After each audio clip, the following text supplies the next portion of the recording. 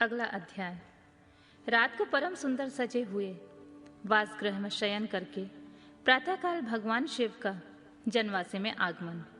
ब्रह्मा जी कहते हैं, तात तदनंतर भाग्यवानों में श्रेष्ठ और चतुर गिरिराज हिमवान ने बारातियों को भोजन कराने के लिए अपने आंगन को सुंदर ढंग से सजाया तथा अपने पुत्रों एवं अन्यान पर्वतों को भेजकर शिव सहित सब देवताओं को भोजन के लिए बुलाया। जब सब लोग आ गए तब उनको बड़े आदर के साथ उत्तमोत्तम भोज्य पदार्थों का भोजन कराया।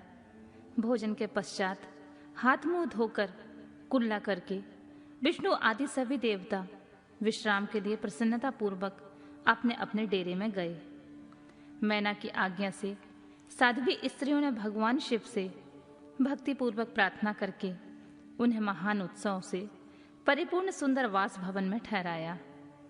मैना के दिए हुए मनोहर रत्न सिंहासन पर बैठकर आनंदित हुए शंभु ने उस वास मंदिर का निरीक्षण किया। वह भवन प्रज्वलित हुए सैकड़ों रत्नमय प्रदीपों के कारण अद्भुत प्रभा से उद्दासित हो रहा था।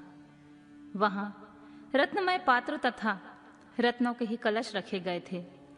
मोती और मणियों से सारा भवन जगमगा रहा था। रत्नमय दर्पण की शोभा से संपन्न तथा श्वेत चमड़ों से अलंकृत था।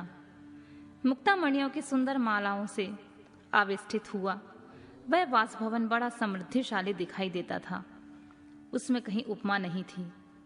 वह महादिव्य अति विचित्र परम मनोहर तथा मन को आनंद प्रदान करने वाला था। उसके फर्श पर नाना प्रकार की रचनाएं की गई थीं। बेल बूटे निकाले गए थे। शिव जी को दिए हुए वर का ही महान एवं अनुपम प्रभाव दिखाई हुआ वह शोभाशाली भवन शिवलोक के नाम से प्रसिद्ध किया गया था। नाना प्रकार के सुगंधित श्रेष्ठ द्रव्यों से सुवासित तथा सुंदर प्रकाश से परिपूर्ण था। वहां चंदन और अगर की समृद्ध गंध फैल रही थी। उस भवन में फूलों की सेज बिछी हुई थी। विश्वकर्मा के द्वारा बनाया हुआ वह भवन नाना प्रकार के विचित्र चित्रों से सुसज्जित था। श्रेष्ठ रत्नों की सारभूत मणियों से निर्मित सुंदर हारों द्वारा उस वासगृह को अलंकृत किया गया था।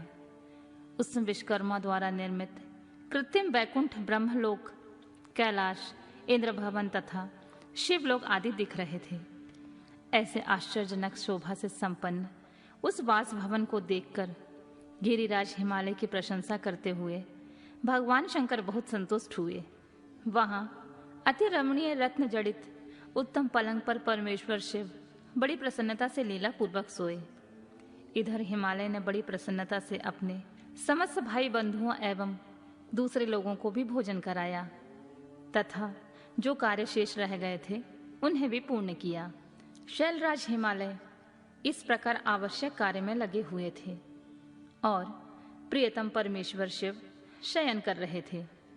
इतने में ही सारी रात बीत गई और प्रातःकाल हो गया। प्रभात काल होने पर धैर्यवान और उत्साही पुरुष नाना प्रकार के बाजे बजाने लगे।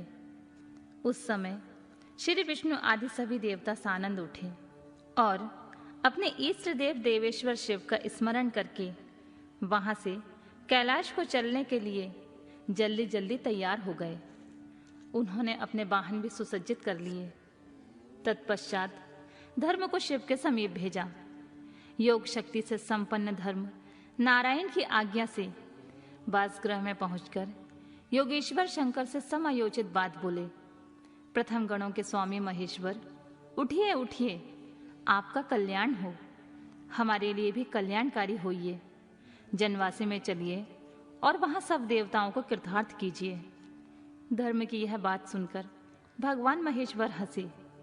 उन्होंने धर्म को कृपा दृष्टि से देखा और शैया त्याग दी। इसके बाद धर्म से हंसते हुए कहा, तुम आगे चलो, मैं वहां शीघ्र ही आऊंगा। इसमें कोई संशय नहीं है। भगवान शिव के ऐसा कहने पर धर्म जनवासी में गए।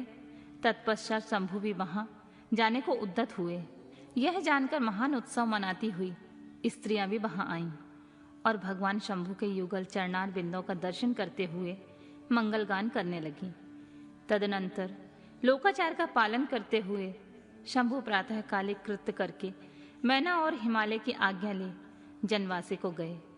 मुने, उस समय बड़ा भारी उत्सव हुआ। वेद मंत्रों की ध्वनि होने लगी और चारों प्रकार के बाजे बजने लगे। अपने स्थान पर आकर शंभु ने लोकाचार वश मुनियों को, विष्णु को, मुझको प्रणाम किया। फिर देवता आदि ने उनकी वंदना की। उस समय जय जयकार, नमस्कार तथा वेद मंत्रोच्चारण की मंगलदायिनी ध्वनि होने लगी। इससे सब ओर कोलाहल छा गया।